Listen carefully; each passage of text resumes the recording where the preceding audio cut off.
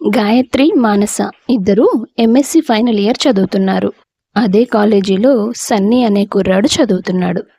ఈ ముగ్గురి మధ్య జరిగిన ట్రయాంగిల్ లవ్ స్టోరీ గురించే ఇవాల్టి మన కథ. ఏంట్రా సన్నీ, ఇంకొన్ని నెలల్లో మన పీజీ కంప్లీట్ అయిపోతుంది కదా. మరి ఏంటి నీ ప్లానింగ్స్? జాబ్ ట్రయల్స్ కోసం సిటీకి వెళ్తావా అంటూ సన్నీను అడిగాడు హరి. సిటీకి వెళ్ళడం, ఉద్యోగాల కోసం నెలల తరబడి, సంవత్సరాల తరబడి చెప్పులు అరిగేలా తిరగడం, ఇదంతా ఓల్డ్ ఫ్యాషన్ రా. నా రూటే వేరు. నువ్వు చూస్తూ ఉండు, తొందరలోనే నేను ఎలా రిచెస్ట్ పర్సన్ అయిపోతానో. అదేంట్రా తలా తోకా లేకుండా, ఉద్యోగం చేయకుండా, డబ్బు సంపాదించకుండా ఎవరు ధనవంతులవుతారు? పిచ్చి హరి, ఈ మధ్య ఒక సర్వేలో చెప్పారు, ఉద్యోగం చేస్తూ నెల జీతం తీసుకున్నవాడెవ్వడూ కోటీశ్వరుడు కాలేడంట. కాబట్టి మనం ఆ దారిలోకి వెళ్ళం. మరేం చేస్తావు? బిచ్చగాడు మూవీలో హీరోలాగా గుడిమెట్ల దగ్గర అడుక్కుంటావా? లేకపోతే పార్కులో పల్లీలు అమ్ముకుంటావా? ఛీ, నువ్వు నీ దరిద్ర పోలికలు. అలా కాదురా, ఇప్పుడు మన కాలేజ్లో అందరిలో రిచెస్ట్ గర్ల్ ఎవరో కనిపెట్టి తనని ఫ్లాట్ చేశాననుకో, ఆ తర్వాత కోట్ల ఆస్తి నా కాళ్ళ దగ్గరకు వస్తుంది. దురాశ దుఃఖానికి చేటని చిన్నప్పుడు స్కూల్లో మా మాస్టర్ చెప్పారురా. నీకు కూడా చెప్పే ఉంటారు. అలా చెప్పాడు కాబట్టే ఆ మాస్టర్ ఇంకా నెల జీతం దగ్గరే ఆగిపోయాడు. ఆశ లేనివాడికి ఆశయం ఉండదు. అలాంటివాడు ఆకాశానికి ఎగరలేడు. నీకో దండంరా బాబు, నీతో మాట్లాడుతుంటే నాకు తలనొప్పి వస్తుంది. నేను వెళ్తాను, బాయ్. తొందరలోనే నాకు పట్టే అదృష్టం చూసి నువ్వు కూడా ఏడుస్తావు పోరా అనుకున్నాడు సన్నీ. కొంచెం దూరంలో మరో బెంచ్ మీద గాయత్రి, మానస ఇద్దరు కూర్చొని మాట్లాడుకుంటున్నారు. ఏంటి గాయత్రి, మీ లవర్ బాయ్ ఇంకా వచ్చినట్లేడు? వచ్చాడు. అవునా? ఏదీ నాకు కనబడట్లేదు. ప్రేమతో వెతికితే కనిపిస్తాడు. నీ బాయ్ ఫ్రెండ్ని నేను ప్రేమగా వెతకడం ఏంటే తల్లి? అయినా ఏముందే వాడిలో, ఎప్పుడూ అల్లరి చిల్లరిగా తిరుగుతూ ఉంటాడు. సరిగ్గా చదువుతాడని కాదు, ఏదో పెద్ద అందగాడని కాదు. మనిషికి అలాంటి ఆశలుంటాయి, కానీ మనసుకుండవు. అది ఎవరు నెంచుకుంటుందో మనకు అర్థమే కాదు. సర్లే, ఇంతకీ నీ ప్రేమ విషయం చెప్పావా? లేదు, త్వరలో చెప్తాను. ఈ నెలాఖరులో ఫేర్వెల్ పార్టీ ఉంది కదా. అవును గాయత్రి, మనం కూడా పార్టిసిపేట్ చేద్దామా? మనమా? కానీ మనమేం చేస్తాం? ఏదైనా ఫ్యామిలీ కామెడీ డ్రామా లాంటిది చేద్దాం. ఈ ఐడియా బాగానే ఉంది. నువ్వు స్క్రిప్ట్ రెడీ చేస్తావా? ఇద్దరం చెరో స్క్రిప్ట్ రెడీ చేద్దాం. ఆ తర్వాత ఇంకొంతమందిని కలుపుకుందాం. ఫైనల్ అవుట్పుట్ ఏ స్కిట్ది బాగుంటే అది ప్రజెంట్ చేద్దాం. సరే, ఓకే అయితే అనుకున్నారు ఇద్దరు. ఆ రోజు ఆడిటోరియంలో ఫేర్వెల్ పార్టీ కోసం రిహార్సల్స్ జరుగుతున్నాయి. డాన్స్ చేసేవాళ్ళు, పాటలు పాడేవాళ్ళు అందరూ ప్రాక్టీస్ చేసుకుంటున్నారు. గాయత్రి, మానస ఇద్దరు ఒక పక్క కూర్చొని మాట్లాడుకుంటున్నారు. అటువైపు నుంచి వెళ్తున్న సన్నీ వాళ్ళ మాటలు విని ఒక్క నిమిషం అక్కడ ఆగిపోతాడు. ఏంటోనే గాయత్రి, మాకు కోట్ల ఆస్తి ఉందని పేరే కానీ నాకు మా ఇంట్లో అస్సలు ఫ్రీడమే లేదు. అదేంటి మానస అలా అంటున్నావు? ఇంట్లో అన్ని కార్లు ఉన్నప్పుడు మా నాన్నగారు నాకు కాలేజ్కి వెళ్ళడానికి ఒక కారు ఇవ్వచ్చు కదా. కానీ ఇవ్వడు. అందరితో కలిసి బస్సులో వెళ్ళమంటాడు. పాకెట్ మనీకి ముష్టి 3,000 ఇస్తాడు. అవి నాకేం సరిపోతాయి చెప్పు? నీకంత ఖర్చులేముంటాయే? ఎందుకుండవు? ఈ వయసులోనే ఎంజాయ్ చేయాలంటే. పెళ్ళైన తర్వాత మొగుడు ఏం చెప్తే అది వినాల్సి వస్తుంది. ఇప్పుడు కూడా ఇన్ని రెస్ట్రిక్షన్స్ పెడితే ఎలా చెప్పు? నువ్వు నన్నే అడగాలి. బస్సు ఫీజు కూడా కట్టలేక మా నాన్న నాకు ఆ డొక్కు సైకిల్ కొనిచ్చాడు. 5 కిలోమీటర్లు ప్రతిరోజు రావడం వెళ్ళడం, కాళ్ళు నొప్పి పుడుతున్నాయి తెలుసా అని బదులిచ్చింది గాయత్రి. వాళ్ళ మాటలు విన్న సన్నీ అక్కడి నుంచి కొంచెం ముందుకు వెళ్ళిపోయి, యాహూ, ఆహా, వెతకబోయిన తీగ కాలికి తగిలినట్టుగా నాకు కావాల్సిన అమ్మాయి ఎంత సులువుగా దొరికేసిందో అంటూ గెంతులు వేస్తున్నాడు. అప్పుడే హరి సన్నీ దగ్గరకొచ్చి, ఒరే మామ, నీకొక ఇంట్రెస్టింగ్ న్యూస్ చెప్పాలరా. ఏంట్రా అది? ఆ గాయత్రి ఉంది కదా, తను నేను లవ్ చేస్తుందంట్రా. ఏంటి, నిజమా? అవునరా సన్నీ, భలే లక్కీ ఛాన్స్ కొట్టేశావు. ఎంత అందంగా ఉంటుంది తను. జీన్స్ అని పిచ్చి పిచ్చి బట్టలు వేయకుండా చాలా పద్ధతిగా ప్రతిరోజు చుడీదార్లో వస్తుంది. ఆ పొడవాటి జడ, మొహానికి చిన్న స్టిక్కర్, కనుబొమ్మల మధ్య కొద్దిగా కుంకుమ. ఎంత చక్కగా ఉంటుందో.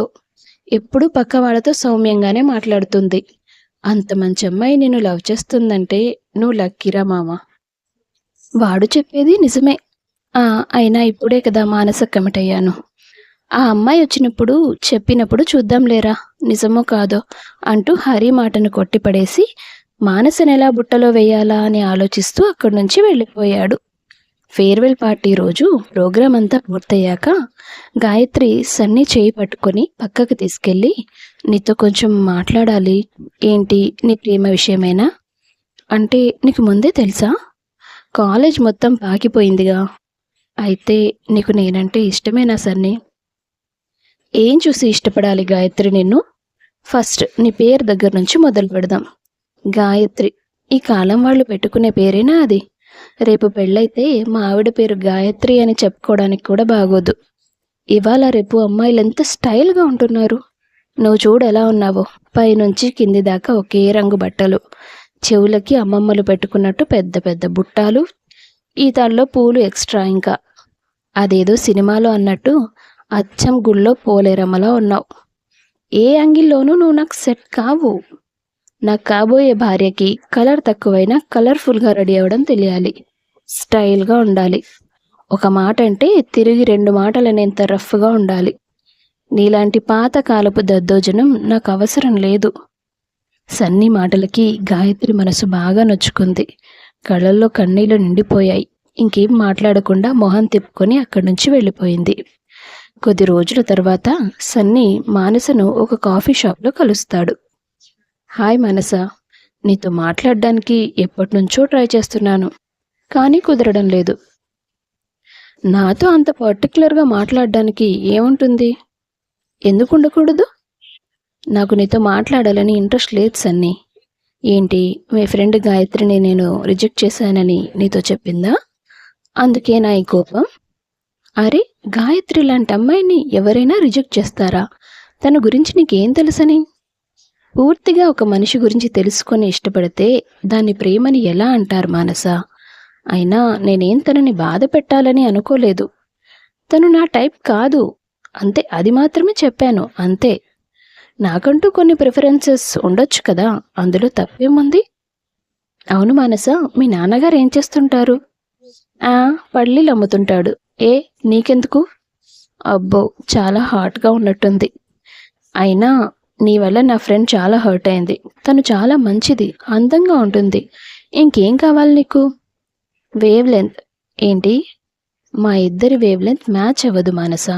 తను కంప్లీట్ ట్రెడిషనల్ టైపు, పాతకాలం ఆలోచనలతో ఉంటుంది. అందులో తప్పేముంది సన్నీ? అవునా, మీరిద్దరూ ఫ్రెండ్సే కదా, మరి నువ్వెందుకు తనలాగా లేవు? ఇంత మోడర్న్గా రెడీ అవుతావు, స్టైల్గా ఉంటావు. నీ జోలికి రావడానికి ఎవ్వరూ సాహసం కూడా చేయరు. నాకు నీలా అమ్మాయిలు శివంగి టైప్ అయి ఉంటేనే ఇష్టం. సన్నీ మాటలకి మానస కన్విన్స్ అవ్వడం మొదలుపెట్టింది. రే సన్నిగా, వర్కౌట్ అవుతోంది. పాప మునగ చెట్టు ఎక్కుతోంది. ఇంకాస్త జాగ్రత్తగా డీల్ చేశావంటే ఫ్లాట్ అయిపోతుంది అంతే అని మనసులో అనుకున్నాడు. కాస్త ధైర్యం చేసి మానస అరచేతుల్ని తన చేతుల్లోకి తీసుకొని, నాకు నువ్వంటే ఇష్టం మానస. మీ ఫ్రెండ్ గాయత్రి మీద నాకు ఇంట్రెస్ట్ లేదు. ప్లీజ్ నా ప్రేమను ఒప్పుకో. మనం పెళ్లి చేసుకుందాం. నువ్వు లైఫ్ లాంగ్ హ్యాపీగా ఉండేలాగా నేను చూసుకుంటాను. మానస వెంటనే తేరుకుని, ఏంటి ఫ్లర్ట్ చేస్తున్నావా? నా ప్రేమ నీకు ఫర్టింగ్లా అనిపిస్తుందా మానస? నేను ప్రతి విషయంలో చాలా క్లియర్గా ఉంటాను. నీ మీద నాకున్న ప్రేమ విషయంలో కూడా అంతే. గాయత్రికి నాకు సెట్ అవ్వదు. నువ్వు ఆ విషయం పక్కన పెట్టి నీ మీద నాకున్న ప్రేమ గురించి ఆలోచించు. అప్పుడు నీకు నా మనసు అర్థమవుతుంది. తర్వాత ఏం మాట్లాడాలో తెలియక మానస అక్కడి నుంచి వెళ్ళిపోయింది. 2 రోజుల తర్వాత, సన్నీ చెప్తోంది కూడా నిజమే కదా, గాయత్రి తనకు నచ్చనంత మాత్రాన అతను చెడ్డవాడైపోడు కదా. నా వ్యక్తిత్వం చూసి అతను నన్ను ఇష్టపడుతున్నాడు. నా విషయంలో నిజంగానే తను చాలా సీరియస్గా ఉన్నట్లు అనిపిస్తోంది. అయినా ఇంకో 1 నెల రోజుల్లో కాలేజ్ అయిపోతుంది. ఆ తర్వాత గాయత్రి నేను కలుస్తామని కూడా గ్యారెంటీ లేదు. ఇక నేను తన కోసం ఆలోచించి సన్నీని రిజెక్ట్ చేయడం ఎందుకు అనుకుని అతనికి ఫోన్ చేసి, నీ ప్రపోజల్ నాకు ఓకే సన్నీ, కానీ కాలేజ్ అయిపోయేదాకా మనిద్దరం లవ్లో ఉన్నట్టు ఎవరికి తెలియనివ్వద్దు. ఓహ్ అంతే కదా, నువ్వేం చెప్పినా ఈ సన్నీ వింటాడు. ఆ తర్వాత వాళ్లకు పరీక్షలు జరుగుతాయి. ఎవరి దారిన వాళ్ళు వెళ్ళిపోతారు. సన్నీ మానస గురించి తమ ఇంట్లో చెప్తాడు. ఎందుకురా, నీకు మంచి ఉద్యోగం వస్తే బాగా కట్నం ఇచ్చే పిల్లని చూసి నీకు పెళ్లి చేస్తాం అంటుంది అతని తల్లి భానుమతి. అయ్యో, కట్న కానుకలదేముందమ్మా, కోట్ల ఆస్తికి వారసురాలైన అమ్మాయిని నీకు కోడలిగా తేబోతున్నాను. అవునా, నిజంగానే ఆ అమ్మాయికి అంత ఆస్తుందేంట్రా? అవునమ్మా, వాళ్ళ నాన్న కోటీశ్వరుడు. రేపు తను మనల్ని వాళ్ళ ఇంటికి రమ్మని చెప్పింది. అక్కడికి వెళ్ళాక నీకే అర్థమవుతుందిలే. ఆ మరుసటి రోజు సన్నీ అతని తల్లిదండ్రులతో సహా మానస వాళ్ళ ఇంటికి వెళ్తాడు. అమ్మో, ఎంత పెద్ద అపార్ట్మెంటో, ఇదంతా వాళ్ళదే. అవునమ్మా, వాళ్ళకి ఇంకా చాలా ఆస్తులున్నాయి. నక్కతోక తొక్కేవరా సన్నీ, నీ వల్ల మన కుటుంబం వృద్ధిలోకి వస్తుందని చిన్నప్పుడే పంతులు గారు చెప్పారు. చాలే బడాయి, వదండి లోపలికి వెళ్దాం అంటూ భార్యను వారించాడు ప్రభాకర్. కాలింగ్ బెల్ కొట్టి లోపలికి వెళ్ళాక, నమస్తే, రండి లోపలికి రండంటూ ఆహ్వానిస్తాడు మానస తండ్రి నరసారావు. అందరూ తీరిగ్గా కూర్చొని మాట్లాడుకుంటున్నారు. అదేంటన్నయ్య గారు, ఈ ఫ్లాట్లో 2 రూమ్లే ఉన్నాయి. ఇంట్లో ఉండేది నేను పాప ఇద్దరమే కదా. నా కూతురి దురదృష్టం, తన తల్లి చిన్నప్పుడే పోయింది. మా ఇద్దరికీ ఈ పాటి ఇల్లు చాలు కదా. మరి మిగిలిన ఫ్లాట్లన్నీ? అవన్నీ రెంటుకిచ్చినవే. నరసరావు సమాధానానికి భానుమతి పొంగిపోయింది. అన్నయ్య గారు, ఇంకేం ఆలోచించక్కర్లేదు. నెల రోజుల్లో వీళ్ళ పెళ్లి జరిగిపోవాలంతే. కానీ చెల్లెమ్మ, పెళ్ళి ఇక్కడ సిటీలో చేయలేను. మా ఊర్లో మాకొక ఇల్లుంది, మా పూర్వీకుల నుంచి వస్తున్న ఇల్లు.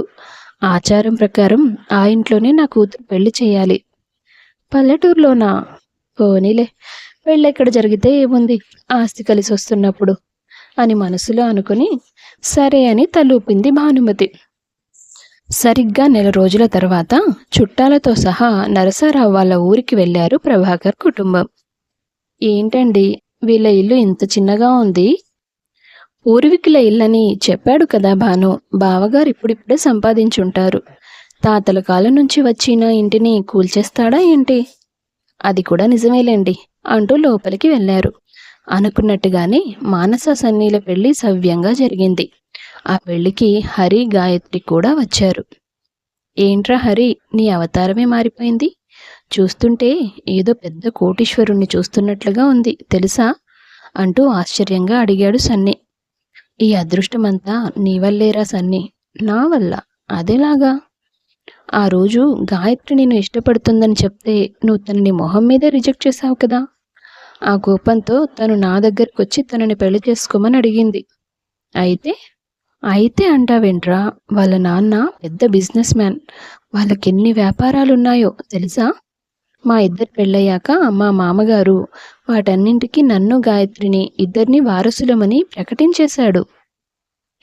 అదేంటి గాయత్రి, మీరు చాలా పూరని, అందుకే రోజు సైకిల్ తొక్కుకుంటూ కాలేజ్కి వస్తున్నానని చెప్పావు కదా అంటూ బేలగా మొహం పెట్టి అడిగాడు సన్నీ.